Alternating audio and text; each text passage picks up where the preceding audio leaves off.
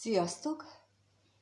Megnézzük, hogy mi a helyzet az exeddel. Mi a helyzet azzal, akit valaha régen szerettél, vagy nem is olyan régen. Változott-e valami benne? Változott-e bármi az ő életében veled kapcsolatosan? Gondol-e még rád? Akar-e még tőled valamit? Fog-e közeledni hozzád? Szóval valami ilyesmiket fogunk most kérdezni. Úgyhogy legelőször is azt kérdezzük meg, hogy mi van vele most? Mit lehet tudni az ő jelenlegi élethelyzetéről? Ennek az exnek mit lehet tudni a jelenlegi életéről? Milyen az élete?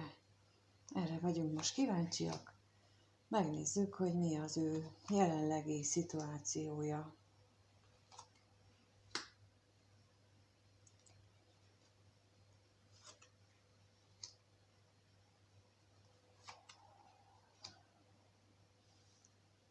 Visszaütnek a hazugságai. Ez jött, amikor kiraktam. Olyan, mintha ő most elkezdené kapni az élettől azokat a pofonokat, amit korábban ő adott másnak. Nem biztos, hogy szándékosan adta, nem biztos, hogy szándékosan hazudott, nem biztos, hogy szándékosan viselkedett úgy, ahogy. Itt én nagyon is azt érzem, hogy teljesen tudattalanul, sőt, nem is volt tisztában azzal, hogy a környezetét ő valójában bántja, mert ő egészen más szándékkal tette, amit tett, és ennek ellenére most ő mégis visszakapja, úgyhogy ezt viszont már úgy érzi, úgy kapja, ahogyan azt ő adta annak idején. Főleg ezzel érzem, hogy itt középen ez a hamisság kártyája szerepel. Ez ugye jelentheti ezeket a hazugságokat, jelentheti azt is, hogy ő neki komoly függőségei vannak. Itt a drogfüggőségre és a alkoholfüggőségre gondolok leginkább. Én a cigarettát nem sorolom ide, mert az bár nehéz leszokni róla, de egy kapcsolatra, egy házasságra nincs akkora hatással attól, hogy valaki dohányzik, mintha például alkoholt vagy drogot fogyaszt. Persze a másikat lehet, hogy zavarja, de akkor ez könnyebben orvosolható, mint az, amikor ebbe a másik fajtába. És ugyanígy nem sorolnám ide a sokak által úgynevezett szexfüggőséget is. Erről nekem megvan a saját véleményem, és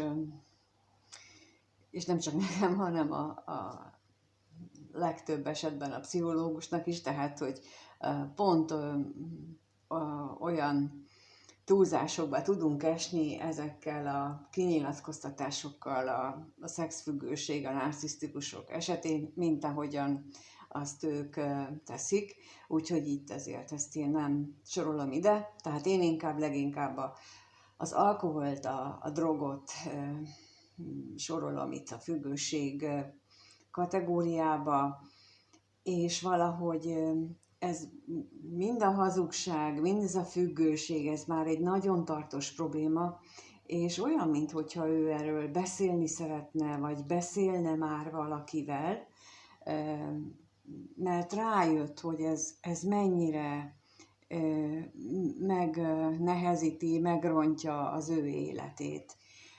Úgyhogy itt most az ő életében azt látom, hogy ez a fő kérdés, és akkor rákérdezünk, hogy mit jelent itt a hazugság. Erről kérnék szépen bővebb információt.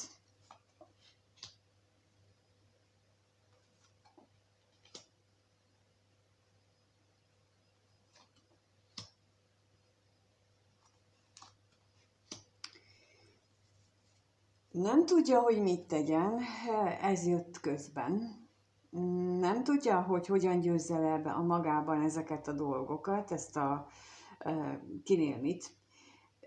De, mint ahogy mondtam, már látja, hogy ez nagyon nagy probléma az ő életében. Fél attól, hogy az ő érzésvilágát, ha szerelmes, akkor a szerelmét ez nagyon befolyásolja, és itt most lehetséges, hogy tulajdonképpen pont ennek az érzésnek a hatására kezdi felismerni magában azt, hogy ő hogy viselkedett korábban, vagy az hogyan látszódhatott korábban, és jutott el erre, hogy a központi kérdés nála ez a függőségnek a megléte, és lehet, hogy ez az érzés generálta benne ezt a felismerést, hogy változtatni kellene, és itt van a bizonytalanság, de hogy akkor mit csináljon. És akkor a betegségre is kérnék még, hogy lesz-e neki, vagy van-e neki valami.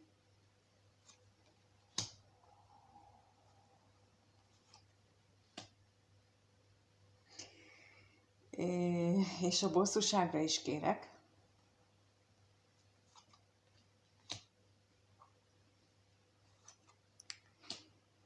Az is problémát okoz számára, ugye, mint mondtam, hogy itt azért lehet, hogy az érzéseknek köze van ehhez a felismeréshez, hogy ő neki vannak problémái. És lehet, hogy köze van annak is, hogy jelenleg az anyagi helyzete, hát az nem olyan, mint ahogy ő azt szeretné, vagy ahogyan azt ő eddig megélte. Lehet, hogy az is borul, és emiatt magában is, meg másokban is ilyen vitás helyzeteket okozott, ami pontosan, hogy nem csak kicsit vitás, hanem ilyen nagyon veszekedős helyzeteket hozott létre.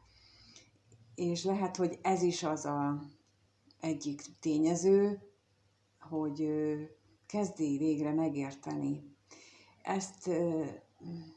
Ez a tudatosodás folyamata, amikor elkezdünk dolgokat úgy látni, ahogy mások, és nem a mi saját szűrőnkön keresztül, és itt mielőtt bárki ítélkezni szeretne, elmondom, hogy ez többnyire olyan velünk született, illetve gyermekkorban összeszedett problémák, amiről a legtöbb esetben nem tehetünk, és a legtöbb esetben nem tudunk. És hiába mondja például nekünk ezt bárki más, amíg nem vagyunk azon a tudatszinten, hogy ezt képesek legyünk befogadni, addig nem tudunk. Úgyhogy sokszor írjátok, látom a kommentbe, hogy ti mondjátok neki, a másik személynek akármicsodát, mindegy. Ő, ha nincs azon a tudatszinten, akkor ti hiába mondjátok, nem fogja. És itt most nem azt jelenti, hogy ti jobbak, szebbek, vagy okosabbak vagytok, hanem egyszerűen így születünk, és ezt magunknak, aki alacsonyabb tudatszinten születik, annak az egyik élet feladata, hogy ezt így magától elkezdje el föl emelni, illetve mindenkinek kell emelni, mert mindenki olyan szinten születik, hogy azon van mit emelni, és a tudatszintek legmagasabbikán az nagyon messze van, ott csak Jézus, Krisna és Buddha van, tehát addig a szintig lehet emelkedni a tudatszintjeinkben, úgyhogy mindenkinek van teendője. És ezért mondom, hogy talán én nem ítélkeznék itt fölötte, sokkal inkább örülnék annak, hogy ő végre idáig eljutott, és hogy erről beszélni is szeretne. Úgyhogy ezt nagyon jó dolognak látom,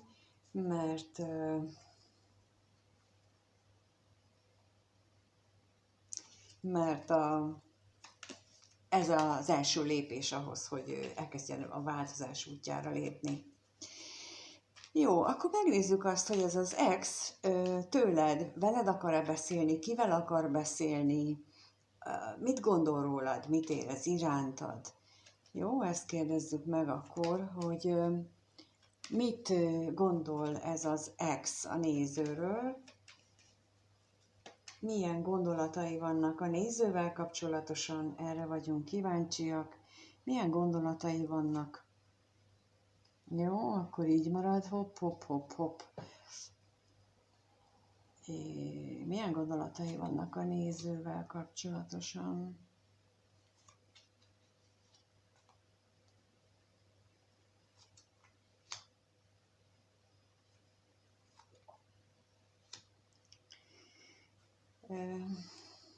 Az előbb is hasonló lapok jöttek ki, és úgy érzem, hogy a hiányod, a veszteségérzés, amit veled kapcsolatosan érez, az betegíti meg őt.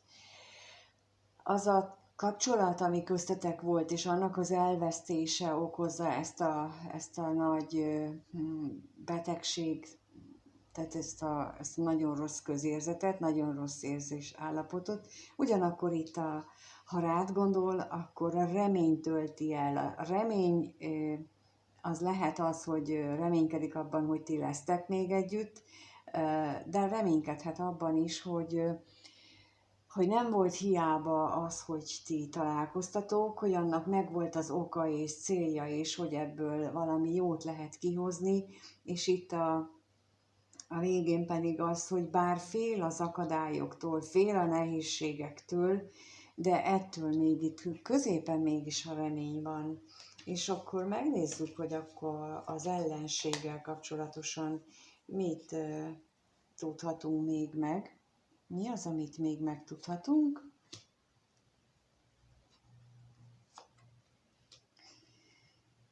És a féltékenységre is kérnék szépen.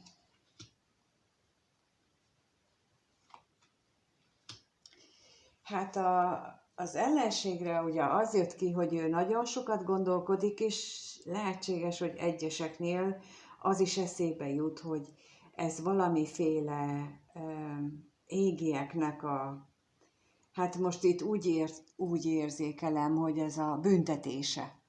Szóval nem egy ajándékként éli meg, hogy nem egy olyan, mármint, hogy nem vagytok együtt. Tehát, hogy egy ilyen büntetésként éli meg, és a félelmei között pedig ott szerepel, hogy, vagyis félelmek és reményeknél így szerepel az, hogy sokat gondol a múltra, és attól fél, hogy valami megváltozik ezzel kapcsolatosan. Lehet, hogy attól fél, hogy benned változik meg hirtelen, hogy valaki beérkezik az életedbe, de az is lehet, hogy ő fél attól, hogy mire ő emlékszik a múltból, az nem is úgy volt, és nem is úgy van, ahogyan ő képzeli. És a betegségre is kérnék még, hogy mi ez itt a betegséggel kapcsolatban, hogy ott mit tudhatunk meg. Hát igen. Magányos nélküledés, és a hiányod az, ami őt beteggé teszi. Tehát egyértelműen ez látszik, hogy a kapcsolatotok azt veszteségként éli meg, és a hiányodtól lesz beteg, és magányos, és szomorú, és magába forduló, és tehát amikor rád gondol, akkor ezt gondolja. És akkor megnézzük azt, hogy milyen érzései vannak még feléd, mert hogy ezt gondolja, de vannak-e még érzései, milyen érzések vannak még benne veled kapcsolatosan? Mit érez ő még irántad, ez a valaha szeretett személyed? Mit érez ő irántad? Lássuk, mit érez ő irántad. Ez a valaha szeretett személy.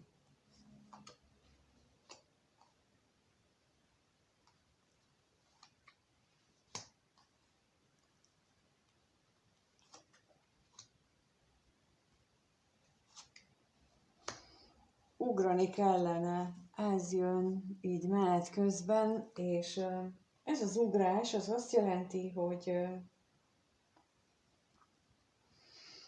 amikor beleugrunk a semmibe, amikor nem tudjuk, hogy hova, ez a bolondnak a lapja.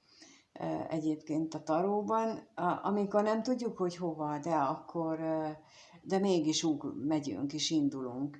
És itt ezt érzékelem, vagyis jött, amikor ezeket kiraktam, hogy ugrani kellene, és ő, mintha ezt érezné, hogy ahhoz, hogy bármi történjen köztetek, ahhoz neki ugrani kellene, valami elképesztően nagy változáson kellene átmennie, és lehetséges, hogy még erre ő nincs készen. Viszont azt is látszik, hogy nagyon nagy az irántad való vágya, szenvedélye, és már jó régóta megvan benne ez a szenvedély, és nagyon szerencsésnek is érzi magát, hogy vagy voltál az életében. És akkor kérlek itt a halálra, hogy erről mit tudhatunk meg bővebbet.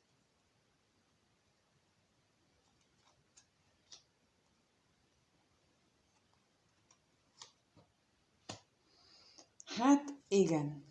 No, és akkor itt az első kérdésre, itt a válasz újra, hogy leginkább az ő függőségeivel kapcsolatosan, vagy az ő viselkedésével kapcsolatosan kellene egy óriásit változtatni, egy nagy ugrást megtenni, és az megerősíteni az ő reményeit, a veled kapcsolatos reményeit, és akkor még az ellenségre is kérek.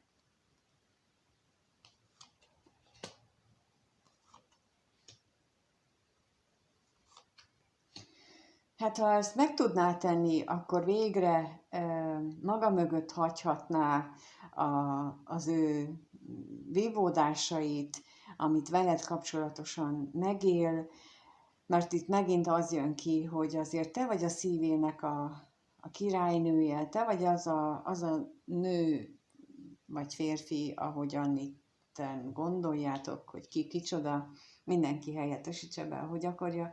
Szóval te vagy az a valaki a számára, aki minden szépet és jót megtestesít, és ha az akadályokat végre maga mögött hagyná, akkor ezt az összes belső csatározását is le tudná győzni, túl tudna lendülni rajta, és a szenvedélyre is kérnék szépen, a szerencsétlenségre, bocsánat. Igen, tehát ez a tüzes szerelemnek az érzését mutatja. Tehát tudja, hogy most ahhoz, hogy ezt ebben megéljen vagy változtasson, ahhoz neki ugrania kell, ezt a nagy ugrást, ezt a nagy változást meg kell tennie, és ez nagyon jó, hogy egyáltalán már érti, tehát, hogy idáig eljutott. Lehet, hogy, sőt, úgy emlékszem, hogy korábban ezt így nagyon tagadta, és ez nagyon régóta történhet már, hogy ő tagadja ezeket az érzéseket, de most úgy tűnik, hogy elérkezett már végre ide. De hát akkor megnézzük azt, hogy jön-e feléd. Jön-e? A következő néhány napban, egy hétben fog-e kezdeményezni bármit ez az ex a néző felé? Fog-e valamit kezdeményezni? Fog-e bármit kezdeményezni ez az ex?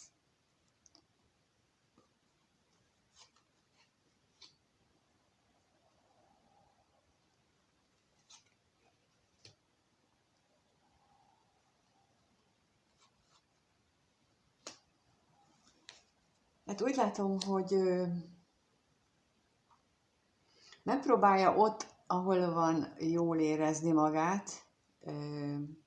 Lehetséges, hogy van ott valaki, vagy valamilyen körülmény, ahol úgy próbálja elviselhetővé tenni a mindennapokat, de az ő belsejében, a hűségében, a kitartásában, az ő szerelmes érzései felé fordul, még akkor is, hogyha ez távolinak tűnik, és attól ő úgy érzi, hogy el van zárva jelenleg.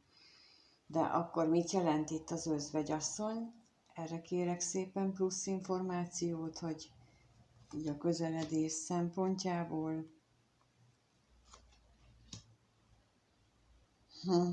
Múltban tett ígéretek vannak vagy egy személynek, vagy magának, de mindenképpen ez egy olyan mm, harmadik körülmény, személy vagy bármi, ami a múltban keletkezett és ígéretekkel is összefügg, tehát hogy ő neki ilyen elkötelezettsége van, de úgy látom, hogy azért ez kezd ennek hátat fordítani, bár igyekszik ott jól megélni a mindennapokat, és akkor a katonatisztre is kérnék szépen még, hogy arról mit tudhatunk meg.